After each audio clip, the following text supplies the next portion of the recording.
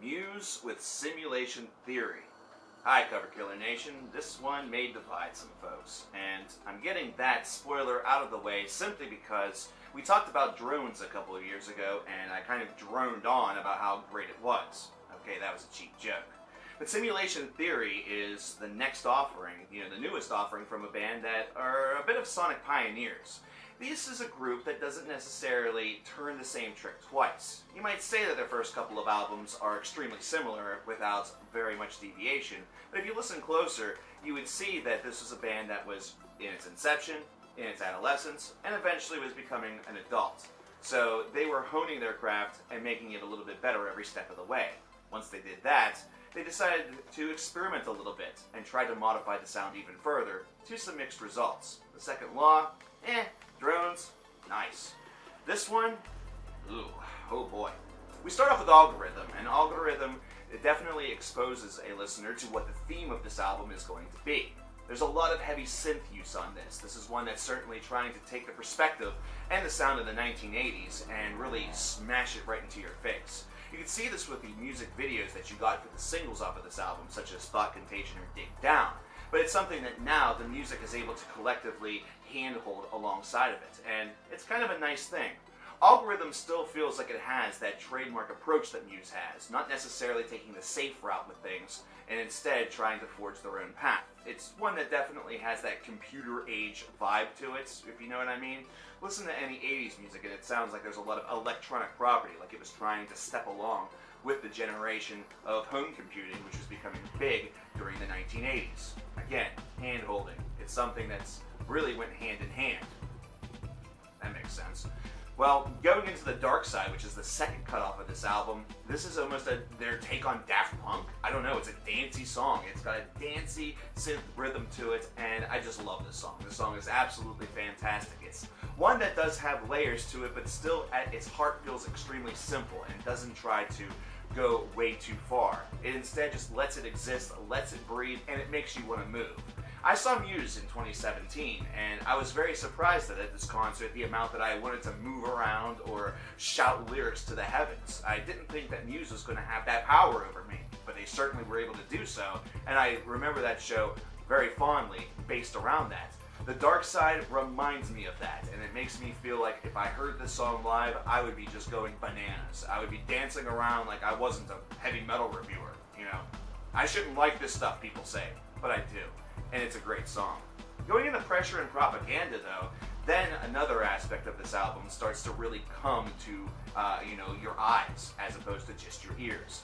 This is one that had some top-notch production from folks such as Timbaland and Shellback to go alongside of one of Muse's main producers from their early days. So as a result, we have this kind of jumbled amalgamation of this sort of old-school philosophy with new-school production technique. A song such as Propaganda is able to hit you full force with a propaganda right at the beginning of it, almost sounding like it should be the introduction to a Lady Gaga song or something like that.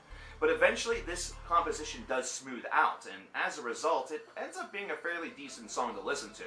Whenever you listen to it during the first initial 10 seconds, you're really not sure what you're going to expect. And then the emptiness, as far as the composition is concerned, during the first verse, also leaves you with a little bit of maybe skepticism that this song is going to turn around. But it does by the end of it, and Pressure kind of does the same thing. But then this album goes into a really confounding direction, and that's with songs such as Break It To Me, Something Human, and then especially Get Up and Fight.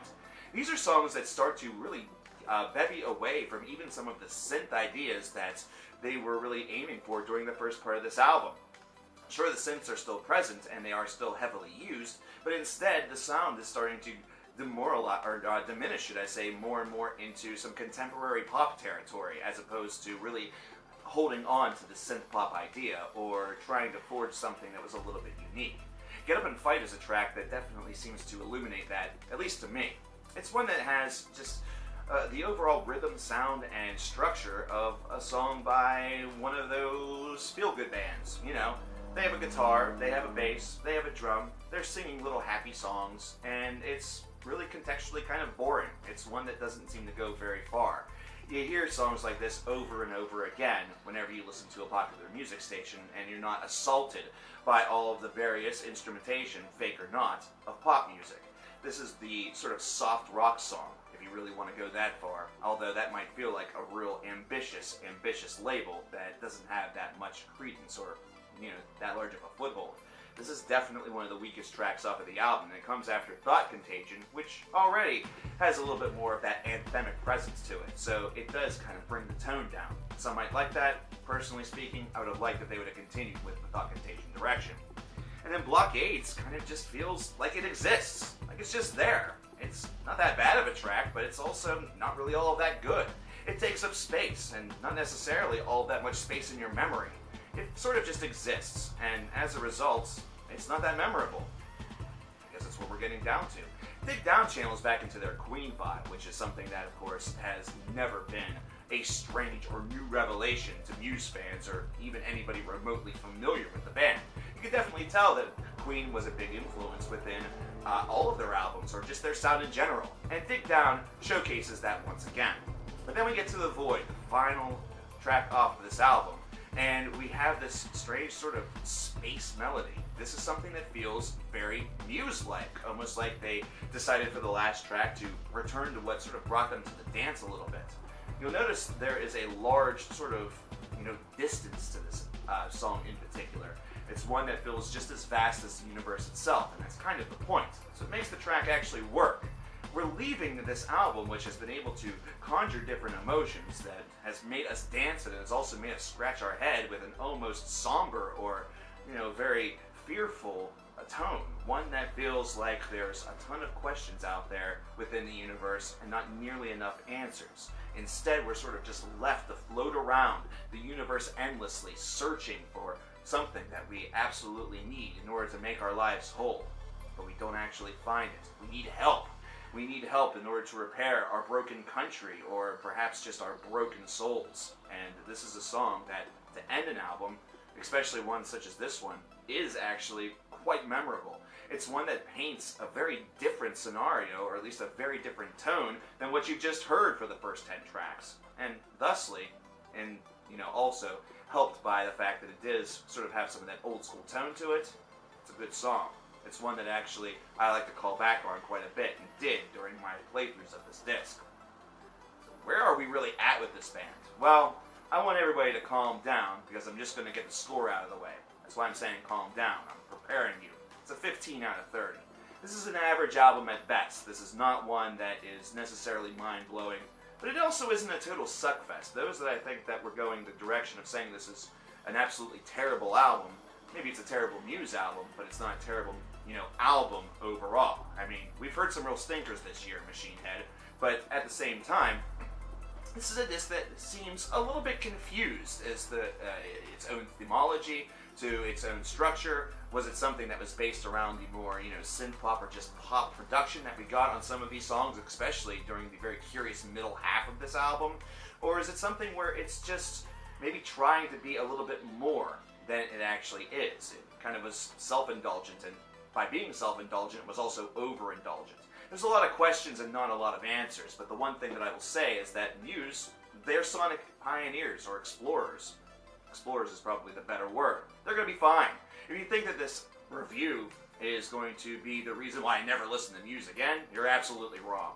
I'm going to pick up the next album, and the album after that, and the album after that. I saw them live, it changed my perspective. Every time Muse drops a disc, I know to expect something different. I knew that beforehand, but the live show reinforced that fact, and in fact enhanced that opinion.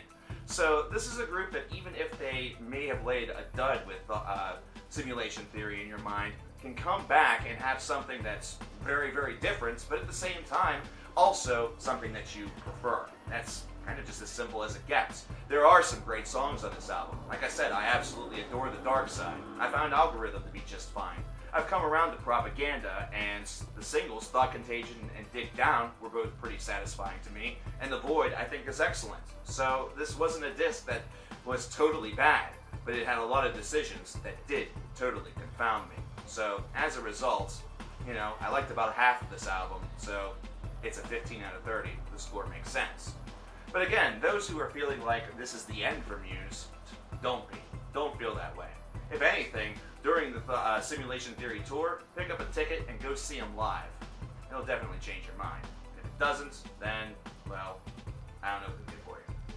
Let me know what you thought about Simulation Theory by Muse. Tell me in the comments below. And hey, Guitar Tricks right now is offering 14-day free trials for new members. If you want to learn how to play the guitar, regardless of the style, whether it be rock, heavy metal, or even country, there is a link in the description box that you absolutely should click, and you should scope out the websites that goes to, because Guitar Tricks has a lot of different services and tools to offer to help you become the guitar player that you've always wanted to be. So do check that out today if that is something that you hope for your future. I'm CoverKiller Nation, and I'll talk to you guys next time. Take care.